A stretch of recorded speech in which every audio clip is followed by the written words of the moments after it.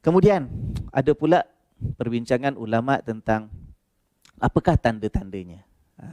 Lailatul Qadar tu ada tandanya ke tidak? Kebanyakan ulama mengatakan ya, ada tanda-tanda Lailatul Qadar. Sebab ada riwayat-riwayat yang tertentu, ya. Sama ada riwayat itu kuat ataupun tidak, itu dibincangkan dan dibahaskan oleh para ulama. Tapi berdasarkan riwayat-riwayat yang ada, sebagian besar ulama mengatakan ada tanda-tandanya. Di antaranya ialah nombor satu, malam itu malam yang penuh dengan kedamaian. Malam yang tak kecoh. Ya, tenang.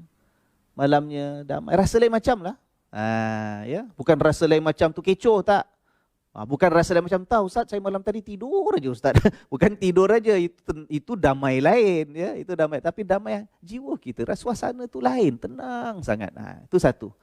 Kemudian kedua, sebelah malam itu juga malam yang sejuk pun tidak, panas pun tidak. Maksudnya tidak terlalu sejuk. Kalau kena tempat negara sebahagian yang tengah musim sejuk pun dia punya sejuk ni agak sederhana. Tak extremely cold macam malam-malam biasa. Kalau kena pula musim bulan puasa ni, kena sebahagian negara tengah musim panas, dia punya malam itu khususnya malam dia panasnya tak terlalu panas yang merimaskan sangat. Dia sederhana. Musim sejuk pun tak terlalu sejuk, kena musim panas pun tak terlalu panas. Kalau kita kat Singapura tak ada sejuk, tak ada panas, tapi malam tu rasa sedap. Ya, sedap. Ini yang bahaya ni. Lagi sedap tidur kan. Tapi tak suasananya. Bila beribadat tu seronok. Ya kan? Sebab suasananya sedap. Damai, cuacanya, ya kan? Kalau ikut termometer, cek temperature sama je Ustaz, lebih kurang 28 degrees kalau malam pukul 3 pagi ke 5 pagi, 29 degrees, ya. Dia bukan termometernya, bukan that temperature yang jadi ukuran. Tak, badan kita, badan orang beriman. Ya kan, tubuh orang beriman. Dia rasa sedap malam tu. Tak rimas, tak kesejukan, tak kepanasan, ya. Itu di antara tandanya. Kemudian dikatakan juga bahawa di antara tanda Lailatul Qadar ini ialah bila pagi terbit matahari, matahari itu tidak terik. Sebelah siang dia redup. Bukan mendung, tak. Disebut dalam riwayat mengatakan matahari itu ada tetapi redup. Dia tidak terik, tidak membakar.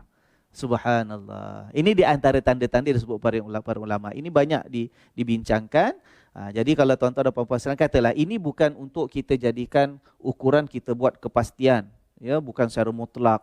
Kita kata, wah memang confirm lah tadi malam aku dapat lah. Pasal apa? Malam tadi tenang, kau jalan raya pun tak ada bunyi apa.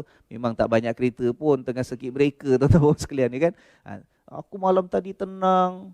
Biasa kat rumah kecoh, anak-anak pun baik semua, perangai satu-satu, subhanallah, menyejukkan hati. Malam tadi aircon tak buka kipas pun tak adalah panas sangat. Pagi ni pula tengok, Allah, matahari cantik aja. Ya, mendung pun tidak, tapi terik pun tidak. Sedaplah satu hari pada malam tadi. Wah, aku confirm dapat Lailatul Qadar. Bukan tujuan bila kita cakap ini untuk kita confirmkan, kemudian kita cerita kat orang dengan penuh rasa bangga, aku yang dapat. Jangan. Supaya kita rasa syukur. Ya, sangka baik dengan Allah. Kalau itu tanda-tandanya, kebetulan malam tadi kita dapat ibadat, mungkin banyak ataupun kurang, kita letakkan keyakinan kepada Allah, sangka baik, ya Allah, syukur. Kalau betul lah apa yang aku rasakan itu sebagai tanda aku dapat kemuliaan di sisimu, ya Allah, dapat kejayaan Lailatul Qadar daripadamu, ya Allah, kau terimalah ibadat aku malam tadi. Tanda itu untuk lebih melenturkan hati kita, lebih kita kata menjinakkan nafsu kita, lebih menjadikan kita hamba Allah yang bersyukur dapat hadiah itu daripada Allah. Tak payah cerita dengan orang. Cerita dengan orang lepas tu nanti timbul kita banding-bandingkan, kau tak dapat, kau tidur, apalah. Tengok. Bila kita, kau tidur je, kau rugi tau. Apakah kita nak mengatakan kita ni dah sampai peringkat lebih baik daripada orang ke? Timbul perasaan ujub, susah tuan-tuan. Puan-puan sekalian, ujub tu maknanya apa? Ujub maknanya perasaan melihat kita ni lebih tinggi daripada orang lain. Kita lebih baik daripada orang lain. Kita lebih mulia daripada orang lain. Kita lebih diterima Tuhan daripada orang lain. Itu ujub. Tak boleh. Ya kan? Jaga-jaga. Jadi benda-benda seperti ini bila kita sebut, kita baca, kita dapat tahu tanda-tanda Lailatul Qadar. Kalau kita rasa kitalah antara orangnya, untuk kita syukur pada Allah. Minta, ya Allah, Engkau kembalikan lagi nikmat ini, hadiah ini pada tahun-tahun yang akan datang. Itu kita minta. Kemudian jangan cepat puas hati. Jangan pula lepas tu mentang-mentang kita rasa kita dapat Lailatul Qadar, besok ada lagi 5 hari nak habis Ramadan, dah kita pun dah, kata orang tu dah slack dah kita punya ibadat kita. Ya, Sembayang pun dah lebih kurang, sembahyang sunat pun tak payah buat. Aku dah dapat lebih 1000 bulan kau ganti. Cuba buat calculation. More about 84 years dah. Dah tak payah lagi pula lepas tu. Sampai hujung Ramadan kita balik dengan perangai asal kita. Kalau saya ditanya orang lah, kalau orang ibadat malam Lailatul Qadar, kemudian dia kata macam ada tanda dia dapat malam tu. Kemudian besok-besoknya sampai hujung Ramadan, perangainya balik macam perangai biasa yang tak ingat Tuhan. Saya kata, itu lagi besar tanda dia tak dapat Lailatul Qadar. Daripada malam tu, konon dapat kedamaian, ketenangan, siangnya matahari tak terik lah kononnya. Bila dia tidak kembali meneruskan ketakwaannya kepada Allah lepas kononnya malam Lailatul Qadar, itu lebih besar tanda yang dia gagal mendapatkan Lailatul Qadar. Tuan-tuan dan puan-puan sekalian ya. Subhanallah. Jadi ini perkara-perkara yang berkaitan dengan Lailatul Qadar, insya-Allah. Jangan rasa kerugian. Kalaupun kita buat, okay, dah lepas 3 malam dah berlalu. Sekarang kita buat sampai hujung Ramadan nanti, macam tak kena lah Ustaz. Every night kecoh, every night panas, every siang matahari terik, bangun-bangun pula ada hari yang dah mendung, hujan pula sebelah siang. Tak dapat lah Ustaz, rugilah tahun ni. Jangan begitu. Kita isi dengan ibadat, kita tak akan rugi.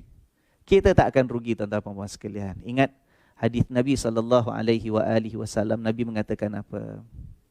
Idza maridal abdu aw safara. Kalaulah seorang hamba itu dia sakit ataupun dia bermusafir, ya.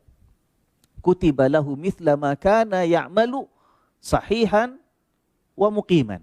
Maka dia akan dicatatkan pahalanya sama seperti mana yang biasa dia lakukan dulu ketika dia tidak sakit, ketika dia sihat, dan ketika dia tidak bermusafir, ketika dia sedang bermukim. Ini janji daripada Nabi SAW. Kalau seorang tu hendak sangat buat benda yang biasa dia buat, tapi ada halangan, sakit ataupun musafir, maka dia akan tetap dapat pahala yang sama seperti mana biasa dia lakukan ketika dia sihat ataupun tidak bermusafir. Maknanya kesungguhan kita, keinginan kita, kita punya kerinduan, azam, tekad nak buat sesuatu, kalau terhalang, tuan-tuan, jangan bimbang. Allah tetap akan berikan ganjaran pada kita. Banyak mana, kurang ke tak kurang ke, lebih mana, lipat kali ganda berapa puluh kali ke, berapa ratus kali ke, serah pada Allah Subhanahu Wa Taala. Pokoknya kita tak akan rugi. Kita tak akan pernah rugi asalkan kita mencari Tuhan. Ya, yang rugi ialah kita dah cari Tuhan, sungguh-sungguh sekali dapat, lepas tu kita leka lepas tu. Ya, kita menjunam balik prestasi kita dalam hubungan kita dengan Allah SWT. Itu kerugian yang besar. Itu kerugian yang besar.